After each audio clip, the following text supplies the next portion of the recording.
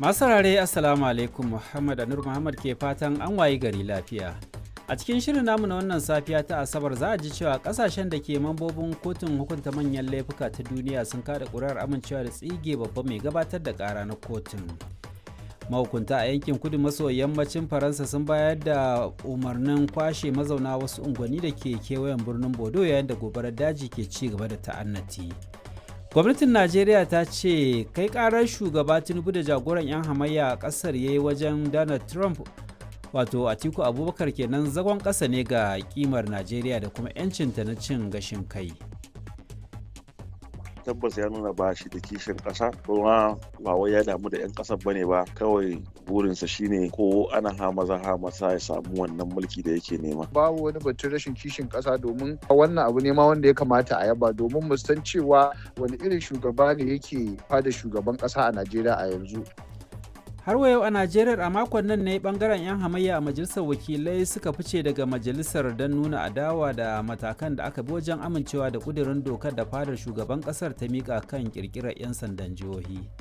Idan akwai hankali da natsuwa da sanin ya kamata da yadda da cewa wakilci muke yi, ai ka san hakan ba za ta yi kuma ka san ba gaskiya bane. An riga an sa musu tsoro, firgici, damuwa, rashin wadatar zuci da rashin tsoron Allah a cikin zukatansu, domin ana ganin cewa za a hana su takara.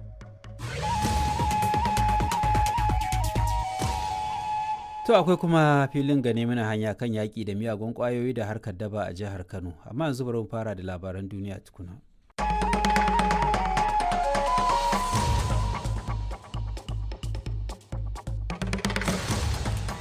Masu saurare Assalamu alaikum, Muhammad Anur Muhammad ke muku barka da kasancewa da mu a shirinmu na hantsi na wannan rana ta Asabar, wanda a cikinsa za a ji cewa mahukunta a yankin kudu maso yammacin Faransa sun bayar da umarnin kwashe mazauna wasu unguwanni da ke kewayen Bordeaux, ciki har da yankin filin jirgin saman birnin, yayin da gobarar daji ke ci gaba da faɗaɗa. Mayakan Houthi da ke Yemen sun ce sun kai hare-hare kan wasu wurare a birnin Jizan na Saudiya a matsayin martani ga hare-haren sama da Saudiya ta kai kan birnin tashar ruwa na Hudaida a Yemen. A Najeriya an fara fargaba kan yiwuwar tashin farashin sufuri bayan da farashin mai a duniya ya ƙara tashi bayan ya sauka sakamakon yakin Amurka da Iran a gabas ta tsakiya. Tsakani ga Allah, in dai fa ba wannan yakin Allah ya tsayar mana da shi ba, maganan farashin man fetur ma ba wani maganan iyaka. To a filin lafiya zinariya muna tafa da bayani kan matsalar jinin biki ko jinin haihuwa. Yana cikin babban matsalar da yake iya jawowa mace ta mutu bayan ta haihu.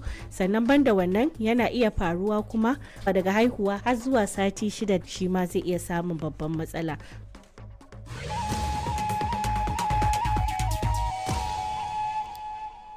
To za a ji waɗannan da ma wasu bayanan rahotanni a cikin shirin wanda ni Muhammad Anur Muhammad zan gabatar. Yanzu bari mu fara da labaran duniya tukuna.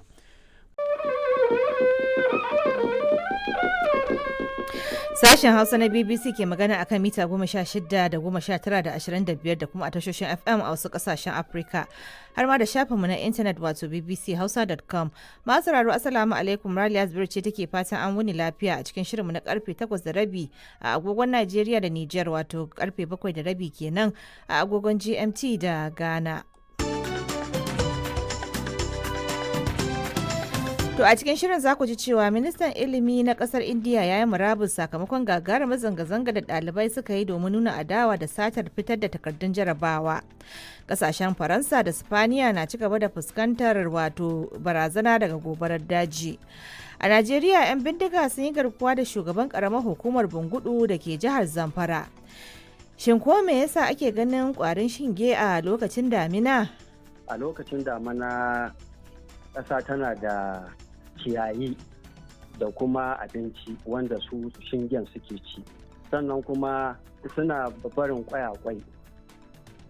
To sai ku biyo mu a shirinmu na amsoshin takardunku domin jin ƙarin bayani.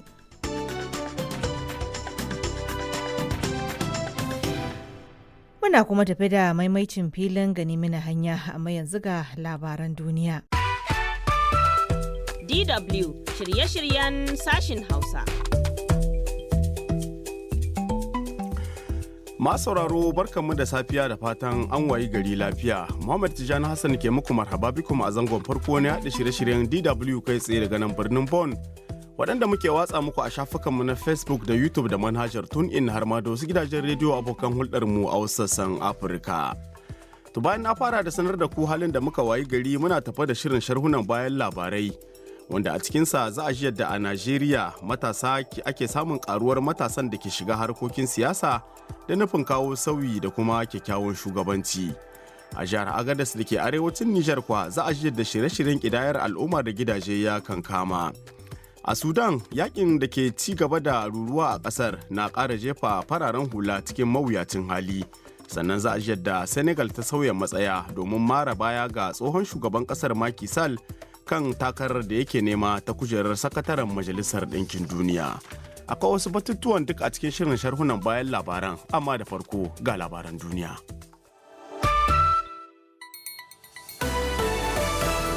DW Labarun Duniya. Trump ya ce yana duba yiwuwar tsananta hare-hare kan Iran yayin da rikici ke faɗaɗa a gabas ta tsakiya. Gobarar daji ta tilasta wa mutane sama da 160 barin gidajensu a Faransa da Spain. Sakataren Majalisar Ɗinkin Duniya na ziyara a Siriya a karon farko tun bayan shekarar 2009. DW shirye-shiryen sashin Hausa. Masu sauraro barkanmu da warhaka da kuma sake saduwa. Muhammad Tijani Hassan ke muku marhaba bikum a zango na biyu na yaɗa shirye-shiryen DW kai tsaye daga nan birnin Bonn. Waɗanda muke watsa muku a shafukanmu na Facebook da YouTube da manhajar TuneIn har ma da wasu gidajen rediyo abokan hulɗarmu a wasu sassan Afirka. To bayan sha labaran duniya muna tafa da shirye-shiryenmu da ke duba batun tattalin arziki waɗanda suka haɗa da ciniki da masana'antu da kuma hada-hadar kasuwannin duniya.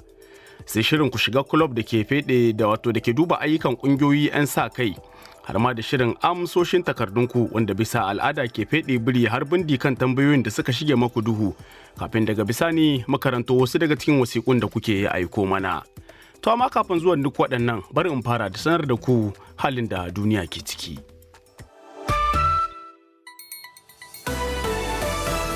DW Labarun Duniya.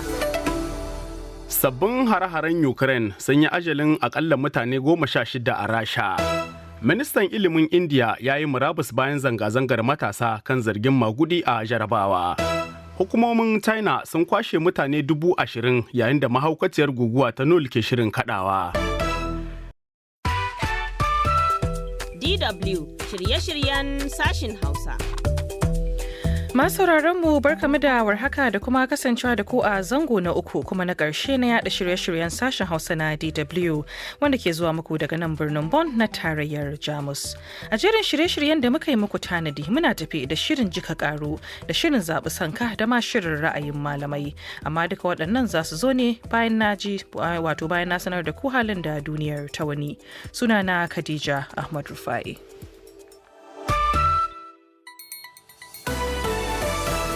DW Labarun Duniya. Iran ta samu sama da dala biliyan 18 daga sayar da mai a lokacin yaƙi da bayan tsagaita wuta. Kazakhstan ta yi kira ga Rasha da Ukraine su koma tattaunawar zaman lafiya. Guguwar Typhoon Nul ta tilasta kwashe mutane sama da 340 a China.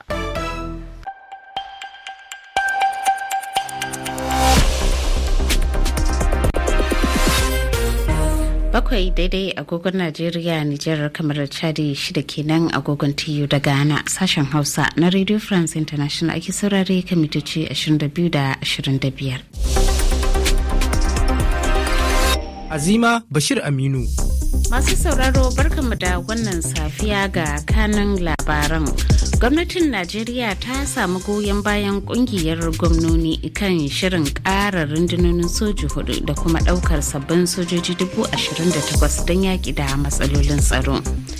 Wani rahoton Majalisar Ɗinkin Duniya ya koka da ƙaruwar cin zarafin mata a Al Ubaid mai fuskantar ƙawanya RSF can a Sudan. Amurka ta gargaɗi Rasha da China kan sayarwa da Iran makamai a wani yanayi da hare-haren ɓangarorin biyu ke ci gaba da zafafa.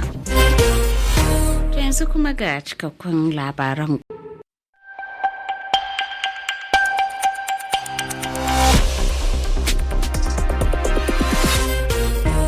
8 daidai agogon Najeriya, Nijar, kamar Chadi, 7 kenan agogon TU da Ghana. Sashen Hausa na Radio France International ake saurari kan mitoci 19 da 22. Azima Bashir Aminu. Masu sauraro barkamu da wannan lokaci ga kanin labaran. Shirin gwamnatin Najeriya kan ƙara rundunonin soji da ɗaukar sabbin sojoji 28,000 ya samu karɓuwa hatta ga ƙungiyar gwamnonin ƙasar. Bayan samar da allurar rigakafin Ebola, mutum na farko ya miƙa kai idan gudanar da gwaji a kansa. Amurka ta buƙaci Saudiya ta daidaita alaƙa da Isra'ila gabanin ci gaba da tattaunawarsu kan nukiliya. Ta yanzu kuma ga cikakkun labaran.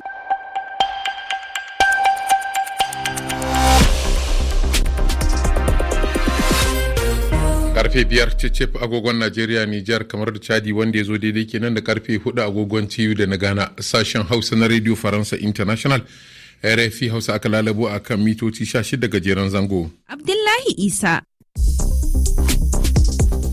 Jama'a barkanmu da sake saduwa ga muhimman kanun labaran duniya na wannan marece. Amurka, ɗaya daga cikin majalisun ƙasar mai suna John James, ya gabatar da wani kuduri na ganin an sako ɗaya daga cikin shugabannin 'yan awari da ke barazana ga lamuran tsaro a Najeriya.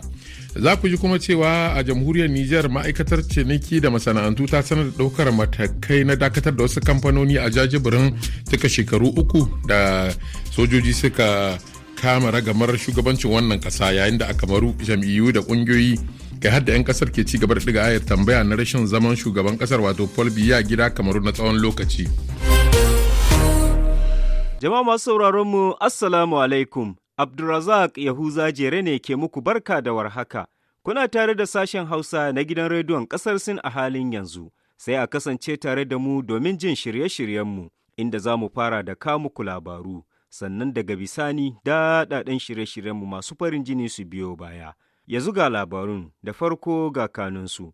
Ofishin jakadancin Sin a Najeriya ya shirya taron murnar cika shekaru 99 da kafuwar rundunar PLA ta ƙasar Sin. An sanya wuraren sana'ar kayan tangaran na Jingdojon cikin jerin wuraren tarihi na duniya na UNESCO. Sannan za ku ji cewa hatsin da ƙasar Sin ta girbe da lokacin zafin bana ya zarce tan miliyan 150. Yanzu kuma sai a gyara zama domin shan labarun dalla-dalla daga nan sashen Hausa na rediyon ƙasar Sin. Kuna tare ne da tashar CRI